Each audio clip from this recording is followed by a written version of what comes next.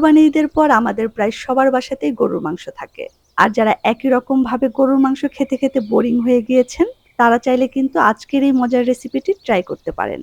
আসসালামু আলাইকুম দর্শক, সবাইকে জানাচ্ছি আন্তরিক শুভেচ্ছা। কুক হ্যাবিটস এর আজকের আয়োজনে থাকছে বিফ বারবিকিউ শিক কাবাব রেসিপি।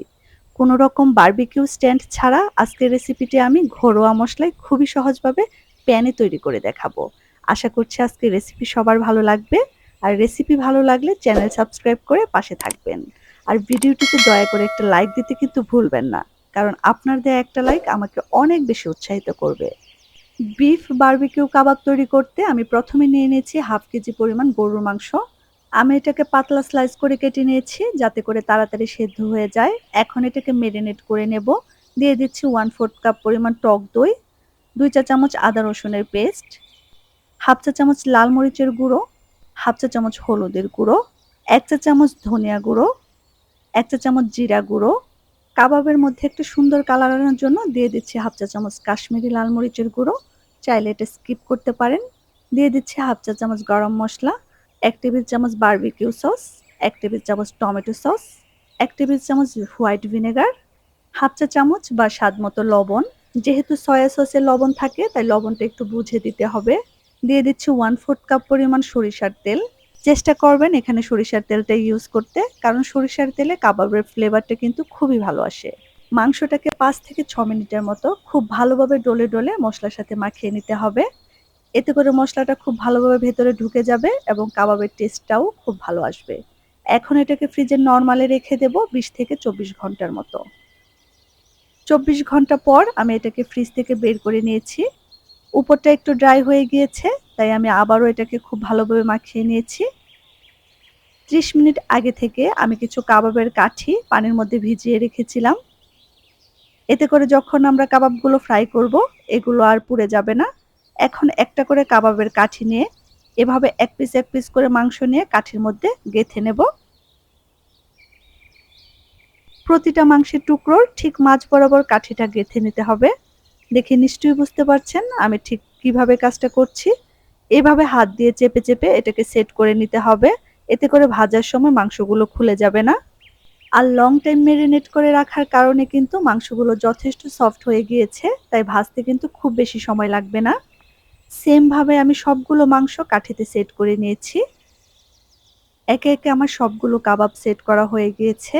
এখন এটাকে ভেজে নেওয়ার পালা। এজন্য চুলায় একটি প্যান বসিয়ে দিয়ে দিচ্ছি 1 টেবিল চামচ পরিমাণ তেল। খুবই অল্প পরিমাণ তেল এখানে লাগবে, কারণ আমরা আগেই সরিষার তেল দিয়ে মাংসটা মেরিনেট করে রেখেছিলাম। তেলটা খুব ভালোভাবে গরম হয়ে গেলে দিয়ে দেব আগে থেকে সেট করে রাখা কাবাবের শেপগুলো। আপনারা চাইলে কিন্তু মাংসটা কাঠিতে সেট না করেও কাবাবটা তৈরি করতে পারেন। সেক্ষেত্রে মাংসটা মেরিনেট করে রাখার পর যে কোনো কড়াই কিংবা ফ্রাই প্যানের মধ্যে সেম প্রসেস ফলো করে মাংসটা ফ্রাই করে নিলেই হয়ে যাবে। কাবাবের শেপগুলো ফ্রাই প্যানে দেওয়ার পরপরই কিন্তু এটাকে 4 সাইড দিয়ে উল্টে পাল্টে দিতে হবে। এতে করে কিন্তু কাবাবের শেপটা একদম পারফেক্ট আসবে।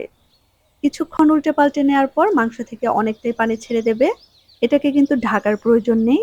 10-15 মিনিটের মতো রান্না করার পর পানিটা শুকিয়ে যাবে আর মাংসটাও সেদ্ধ হয়ে যাবে। 10 থেকে 15 মিনিট রান্না করার পর মাংসের পানিটা শুকিয়ে গিয়েছে।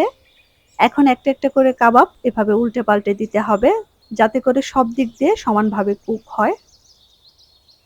মাংসটা মেরিনেট করার সময় মাংসের যে গ্রেভিটা ছিল সেটা একটা ব্রাশের সাহায্যে এভাবে কাবাবের গায়ে লাগিয়ে দিতে হবে। এতে করে কিন্তু কাবাবটা খেতে আরো বেশি টেস্টি লাগবে। এক সাইডে দেওয়া হয়ে গেলে কাবাবটাকে উল্টে দিয়ে অপর সাইডেও সেম ভাবে দিয়ে দিতে হবে এবং কাবাবের মধ্যে থেকে যে তেলটা বের হবে সেটাকেও ব্রাশের সাহায্যে কাবাবের উপর এভাবে করে লাগিয়ে নিতে হবে। এতে করে কাবাবের মধ্যে জুসিনেসটা বজায় থাকবে এবং কাবাবটা খেতেও ভালো লাগবে। আমার কাবাবটা প্রায় হয়ে এসেছে। এ পর্যায়ে কিছুটা বারবিকিউ সস আমি উপর দিক থেকে ব্রাশ করে লাগিয়ে নেব। এটা দেওয়ার কারণে কিন্তু কাবাবের টেস্ট এবং ফ্লেভার দুটোই খুবই ভালো আসে। আপনাদের কাছে যদি বারবিকিউ সসটা না থাকে তবে সেক্ষেত্রে টমেটো সসটাও এখানে ইউজ করতে পারেন। কাবাবগুলোকে উল্টে পাল্টে হালকা পোড়া পোড়া করে ভেজে নিতে হবে, কারণ বারবিকিউ কাবাব কিন্তু পোড়া পোড়া টাইপেরই হয়। আর এটা পোড়া পোড়া হলেই কিন্তু এর অথেন্টিক টেস্ট পাওয়া যায়। মাংসগুলো খুব ভালোভাবে সেদ্ধ হয়ে গিয়েছে। আর আমার কাবাবগুলো ভেজে নেওয়া হয়ে গিয়েছে। এখন এটাকে চুলা থেকে নামিয়ে নিয়ে গরম গরম পরিবেশনের পালা। টক দই দিয়ে লং টাইম মেরিনেট করে রাখার কারণে কিন্তু মাংসটা খেতে অনেক বেশি সফট লাগে। ভাত, পোলাও কিংবা নান রুটির সাথে এটা খেতে কিন্তু দারুণ লাগে। আশা করছি আজকের রেসিপি সবার ভালো লেগেছে। আর রেসিপি ভালো লাগলে এরকম আরো সহজ আর সুন্দর সুন্দর রেসিপি পেতে আমার চ্যানেলটি সাবস্ক্রাইব করতে পারেন অথবা আমার ফেসবুক পেজটি ফলো করতে পারেন। লাইক, কমেন্ট এবং শেয়ার করে আমাকে সাপোর্ট করবেন প্লিজ। কারণ আপনাদের একটা লাইক এবং কমেন্ট আমাকে অনেক বেশি উৎসাহিত করে। ইনশাআল্লাহ দেখা হবে পরবর্তী কোনো রেসিপিতে। সবাই ভালো থাকবেন। আসসালামু আলাইকুম।